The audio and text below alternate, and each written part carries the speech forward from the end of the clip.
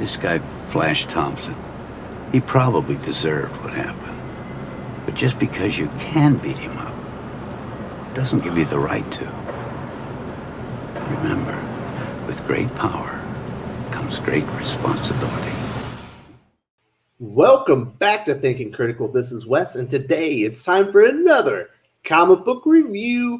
We're talking about Amazing Spider-Man 54, Last Remains Part 5, I believe. And this is a spoiler review. We're going to get all the spoilers, going to talk about it in depth.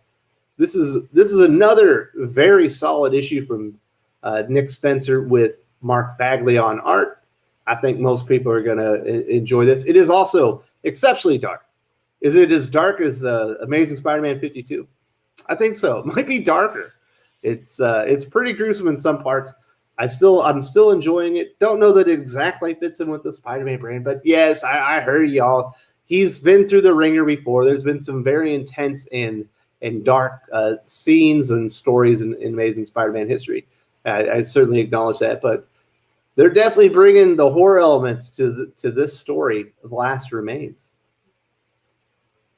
Now, I do have a little bit of complaint. It seems like he might be covering the same beats a little bit too much, but I'm giving Nick Spencer the benefit of the doubt. The story's been great so far.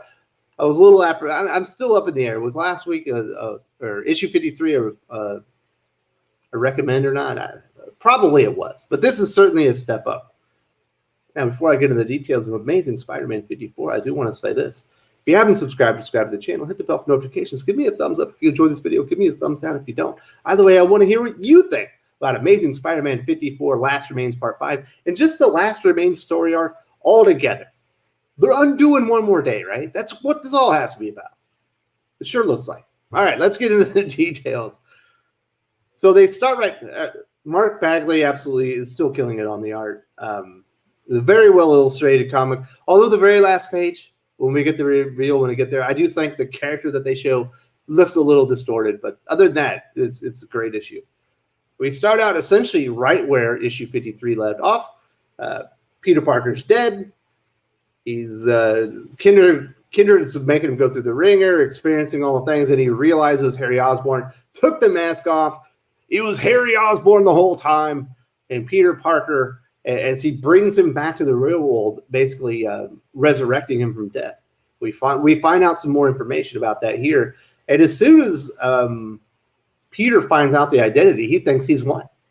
He's like, "You don't change. You've never learned. Every time we fight, I beat you. I'm tired of you and your daddy issues. Every time, whether who you're talking to this time," he's like, and he just starts beating the crap out of him. Something we kind of already saw before in issue 52, where Kindred essentially lets Peter take liberties with him. Gets a little confident maybe he can beat up Kindred before he kind of knocks him back down the sides. And, Peter's chastising him, is like, "Every time we fight, I win. I'm going to hand you your ass here. You're the same broken child. You're the same guy with daddy issues. We've been doing this for years." And he doesn't realize this isn't the Harry Osborn he knows. But he's about to find out. And that's essentially what Kindred tells him. He's like, if you wanted to win, you should have left me dead. He's like, "Dead? You think that's what this is about? Killing you?" It's like, there's so much about this you don't understand. And we get into the next thing, and then he baits him up, and then he starts beating his face in with the rock and murders him again. And then he resurrects him. And then he murders him again. And he resurrects him. And he murders him again. And he resurrects him. And he murders him again. And he's doing this. He's reliving, all the people in his life that have been hurt, all the people that in his life that he's lost, the relationship he's lost, as he's going through it and he's experiencing all those pains, not only the physical pain that Kindred is obviously putting him through when he's beating him to death. Very gruesome. Is it too gruesome for Spider-Man? I think it's debatable. I don't think it's as cut and dry as some people think. I think this is pretty brutal. And as he's beating him to death, and he's also experiencing the emotional, the spiritual trauma of all the things that have happened in his life. And Kindred blames him, or Harry Osborn blames him for all of this. It's all your fault. This isn't like new territory for Spider-Man. Certainly not Spider-Man fans. Is Peter Parker's curse that anyone who loves him like dies or gets hurt in the end? And is it Peter's fault? According to Kindred, it very much is. I think that's Kindred's point. It's like, you caused all this. He definitely wants to absolve himself of any guilt to what's happened to Peter's friends and stuff. There's also an interesting take in here. Basically, Kindred is like, I'm the demon from your past. All the demons of Harry's past. I'm all those things physically manifested. And he kind of insinuates that he built up all this power when he was in hell, and when he's killing Peter, they're going back to hell. I.e., when Peter dies, he's been damned. He will live in eternal damnation in hell. Well, that's a pretty big reveal for the character. Peter is a hero. Certainly, he's made mistakes. But is Peter Parker destined for hell? I don't know. I don't know. That's a tough thing to contemplate. But he says right here, but in hell, we're not punished for the sins of others. We're tortured by our own sins. And that's essentially what he's saying. I'm burdening you with the realization of your own sins and all the things that you've done to other people. But he says our own, i.e., Peter Parker is damned to hell. There's no heaven in his future. Now, obviously, Peter did make a deal with Mephisto, i.e., he made a deal with the devil. He probably, think about it from that. Like, can you be forgiven? Is there a pathway to heaven? Is there a pathway to ultimate redemption if you've made a deal with the devil? That's a tough question. Probably not. I don't know. There are probably different theories on this. You probably have a very interesting debate with my good friend Doug Ernst on this one. But it's certainly very much hinted at that Peter is destined, when his time on this earth is over, he is destined for a life of damnation in hell. I thought that was pretty sad.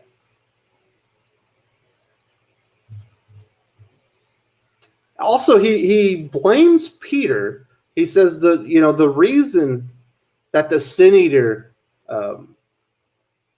was successful, or none of this needs to be happening to your friends. All you had to do was let the Sin Eater do his job. I brought him back. He was going to go erase the sins, but you intervened. You couldn't help yourself, so it's your fault. All the things that are happening right now, and I don't buy that. I get the argument that Peter's his own worst enemy, and anyone who loves him ends up getting hurt. But is it Peter's fault? Truly, should he live a life all by himself, free of any type of companionship or love in his life because of the worry that some other people might get hurt?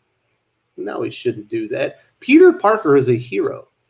His uncle told him, with great responsibility, or with great power comes great responsibility. He has the power to intervene and stop the Sin Eater. Thus, he has the responsibility to do it, even if the Sin Eater was going after someone evil, like Norman Osborn, or any of the other people that the Sin Eater took out. Who else did he take out? He took out the Juggernaut, Norman Osborn. He took out a bunch of people. But is it Peter's fault for listening to his uncle and having the instincts to go out there and help people and do what's right? Well, according to Kindred, it is. According to Harry Osborn, this incarnation of Harry Osborn, it is. I don't buy that. I don't buy that at all. It's not Peter's fault. If you try to do what's right and you try to be a hero and people get hurt, that's unfortunate, but he has a calling. He has a mission in his life, and that's to help people. Sometimes, things happen in the crossfires. And of course, he's showing him all these images, and he's like, hey, I don't get how the Sin Eater's still here. I thought the Sin Eater was done and Kindred took all of his power, but apparently he's back on Earth, and he's going to ambush his friends. They're heading to the cemetery where Peter and Kindred are having their confrontation. And he's like, this is your fault. They wouldn't be here if they didn't know you, Peter. It's your fault that all this is happening to them. It's your fault they're about to be slaughtered. Confess to the things you did. And there's a lot of references to making a deal with the devil. There's a lot of references to one more day. Confess your sins, Peter. Tell me all the things that you've done. Admit that your uncle dying was your doing. Admit that Gwen Stacy dying was your doing. Admit that her father dying was your doing. Admit that all these people getting hurt is your fault. Confess. And then ultimately, he's obviously moving towards admit that you made a deal with the devil and essentially ruined Harry Osborn's eternal sleep. He's not supposed to be alive. That brought it back to the dead. There's a lot of things that happen to people. And he wants to confess. Obviously, he's not ready to do that. I don't even know that Peter remembers it at this point. And then, obviously, Peter here is freaking out at the end. It's because, and this is the picture. I don't know that MJ's face this looks a little off to me.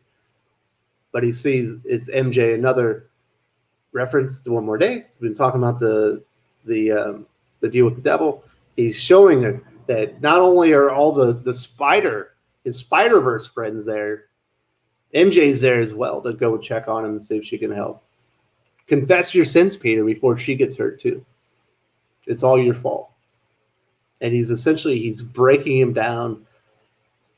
Now, obviously, he broke him down physically at the beginning when he kept murdering over and over. There's a tremendous amount of physical pain, but he's torturing him essentially spiritually and emotionally. He's torturing Peter Parker, trying to get him to confess and admit that all of this is his fault. It's not your fault, Peter. Kindred is an evil demon. He's trying to claim your soul, and I hope he makes it out. So this is a very good issue, extremely violent, very violent, just as violent, if not more violent than issue 52. Peter gets murdered over and over, essentially being tortured in hell and being told that all the stuff that he's done in his life is essentially a sin. Like his heroic nature, him intervening and trying to save people because other people might get hurt along the way is sinful. And I don't agree with that. I don't know what Nick Spencer's point of view is on it. I haven't figured it out yet. Obviously, we don't know how the story ends, but I don't know. Does he agree with the way he's presenting the argument from Harry Osborn, Kindred in here? Or does he agree with me that no, Peter is a natural born hero. He has a call to action to go and save people. And when you're a hero, there is a price.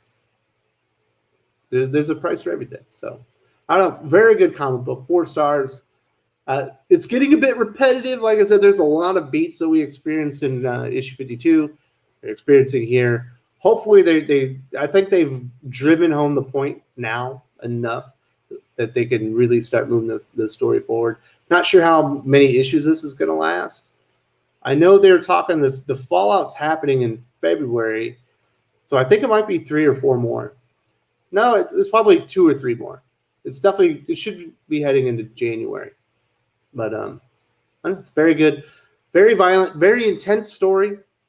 Probably it's not all ages friendly. It's not a family friendly story, but this is a very good story by Nick Spencer and Amazing Spider-Man. I've enjoyed some of his previous stuff. Hunted stands out to me as being very good, but this is certainly better than that. Yellow Flash was supposed to come onto the channel last week. We were going to post a video on Saturday talking about it. Unfortunately, I had to cancel at the last minute. We weren't able to reschedule it last weekend. I'm hoping that we're going to talk about it here in a few days, and we'll talk about Last Remains and his thoughts about what's happening on Spider-Man sometime this weekend. Not sure that's going to happen. I did reach out to him, but I haven't heard from him. But I did say we were going to do this, but it hasn't happened yet. Hopefully this weekend. But if not, then sometime soon, because I know he wants to talk about this. He's really enjoying this story as well. So that'll do it, folks. What do you guys think about Amazing Spider-Man 54 and Last Remains? Is it too violent?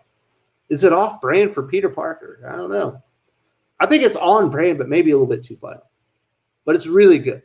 But I wouldn't share this with my kids on that. I wouldn't. If your kids are under the age of like 14, I don't know that I would either. with them either. So those are just my thoughts. Really good comic book. If you enjoyed this video, please give it a like. I would appreciate it very much. It helps us attract more views for the channel. Subscribe for future commentary, comic book news, and reviews. And don't forget to ring the bell for notifications. If you want to talk comics, movies, and much, much more, you can follow me on Twitter at Wes_from_TC. With that, Salamat Po, and I'm out.